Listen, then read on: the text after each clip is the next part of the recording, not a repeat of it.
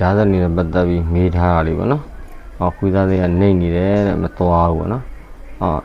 ရှုရကြတော့ခွေးသားစိတ်နေနေတော့ဒီကနေကျွန်တော်ပြီးမှကြည့်လိုက်မယ်နော်ဒီကိုနောက်ကနေလက်နဲ့မှကြည့်လိုက်ပြီးတော့ခွေးသားစိတ်ကိုတစ်ချက်ကြည့်ပေါ့နော်တက်တဲ့ချိန်မှာခွေးသားစိတ်ဘလောက်ပေါ်လဲပေါ့နော်ပေါ်စံတက်မှာခွေးသားစိတ်ပေါ်တဲ့အနေထားပေါ့နော်သူက point လောက်ပေါ်တယ်ဆိုတာအဆင်ပြေသွားပြီ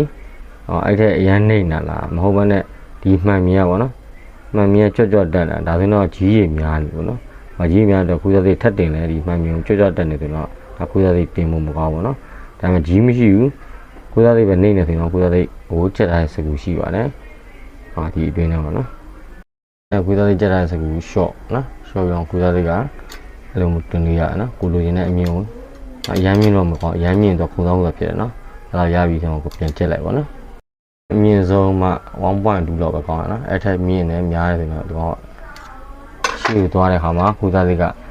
အကုန်မမြုပ်ဘန်းတယ်ပေါ့နော်အဲ့လိုမမြုပ်မကြောက်ပါဘူးအဲ့လိုမျိုးဆိုတော့ပြန်ပြီးပိတ်စာပြန်ဆွဲလာတတ်ပါတယ်နော်အရမ်းမြင်နိုင်လည်းမကောင်းပါဘူးဒီလေးတွေကြောက်နော်ဒါ Telegram သင်တန်းတွေပြီးတော့အသေးစိတ်